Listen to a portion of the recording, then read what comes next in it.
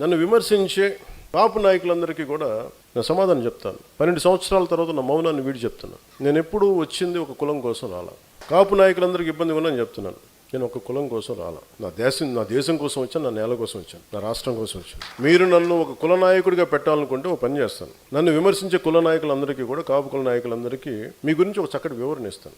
మీరే ముఖ్యమంత్రి అభ్యర్థిగా మీ అందరూ ఏకాభిప్రాయం సాధించండి. నన్ను విమర్శించే వాళ్ళందరూ ఒక ఏకాభిప్రాయాన్ని సాధించాలి. ఈ మధ్య నన్ను విమర్శిస్తున్న నాయకుడిని మీరు పని చేయండి. మీరే ముఖ్యమంత్రి అభ్యర్థిగా మీరు ప్రకటించుకోండి, మీరు నిలబడండి.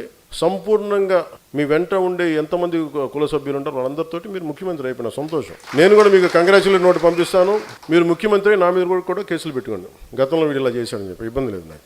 విమర్శించే కాపు నాయకులు కూడా నేను ఒకటే చెప్తున్నాను. మాట్లాడితే రంగా గారిని పట్టుకొస్తారు. జనసేన కూర్చోబెట్టి టీడీపీ కమ్మాయిలు మాట్లాడుతుంటారు. నేను చెప్తాను, మీరు ఇష్టపడే రంగా గారు, ఆయన సతీమణి కమ్మ సామాజిక వర్గానికి చెందిన వాళ్ళ బిడ్డలు, వారిద్దరు పుట్టిన బిడ్డలు ఇద్దరు 2 కులాలకు చెందిన వాళ్ళు అవుతారు. అంటే మీకు మీరు ఎంత కన్వీనియంట్గా ఉందంటే మీ రాజకీయం అది చూడరు. ఆయన బతికున్నప్పుడేమో వైసీపీలో ఉన్న నాయకులందరూ కానీ ఇక్కడున్న నాయకులందరూ కూడా ఆయన బతుకున్నప్పుడు ఒక్కళ్ళు మాట్లాడాలి ఆయన గురించి. చనిపోగానే ఈరోజు అందరికీ కోపాలు వచ్చేసింది. ఎందుకంటే మరి ఏమో కూర్చోబెట్టి నా మీద పడ్డారు. నేను ఎప్పుడు కులం ప్రస్తావన తీసుకుని నేను ఎప్పుడు రాలేదు. చిన్నప్పుడు ఒకసారి నేను చీరాల్లో పెరుగుతున్నాడు అడిగాను, మా అమ్మని అడిగాను, అమ్మ మనం ఏమిట్లని అడిగాను, ఎందుకు ఇలా చండాల ప్రశ్న వేసాను మా అమ్మ. దేనికంటే స్కూల్లో మా ఫ్రెండ్ వాళ్ళ ఇంటికి క్లాస్ ఇంటికి వెళ్తే వాళ్ళ అమ్మ అడిగింది, మీరు ఏమిట్లా అంటే, నువ్వు నోరు మూసుకుని నీకు ఇలాంటి అడగను. ఎందుకంటే మా ఇంట్లో మాకు తెలియదు. మా father being a socialist, it's always about society. మానవత్వాన్ని చూసాం కానీ కులం అనేది ఒక సోషల్ ఫ్యాక్ట్. మనం పుడతాం దాంట్లో ముందు, అంతేగాని దాంట్లో కూరుకుపోం కదా. దాన్ని అర్థం చేసుకుంటాం, గౌరవిస్తాం. కానీ కూర్చోబెట్టి పదే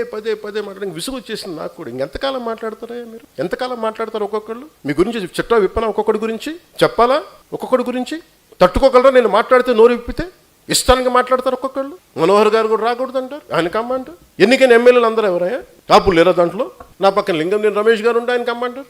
ఎక్కడో తెలంగాణను పెట్టుకున్న వ్యక్తిని చూసుకుని ఆయన కమ్మంటారు. ఇంకెవరు ఉండకూడదు. ఇప్పుడు హసీనా కూర్చోబెట్టి కాపులు అండి, ఏం తెలియదు. Thank you. నేను చెప్తున్నా అంటే నేను చెప్పేది, అరే నాకు మాట్లాడదాం, కులాలు మతాలు దాటి వెళ్దాం, ఒకే అర్థం చేసుకుంటాం, మాట్లాడతాం, ప్రతి సమస్యను మాట్లాడతాం అంటే కూర్చోబెట్టి ఇంకా తగ్గి నాకు విసుగు వచ్చేస్తుంది. ఇంకా నాకు ఓట్లు ఉంటే ఉంటాయి, పోతే పోతాయి. కానీ ఇలాంటి పనికిమాలిన విశ్లేషణలు, పనికిమాలిన ఈ విమర్శలు పెట్టుకుంటే మటుకు చాలా బలంగా సమాధానం ఇస్తాను. ఇది ఫస్ట్ టైము, భవిష్యత్తు అందరి చేత ఇప్పిస్తాను, గుర్తుపెట్టుకోండి.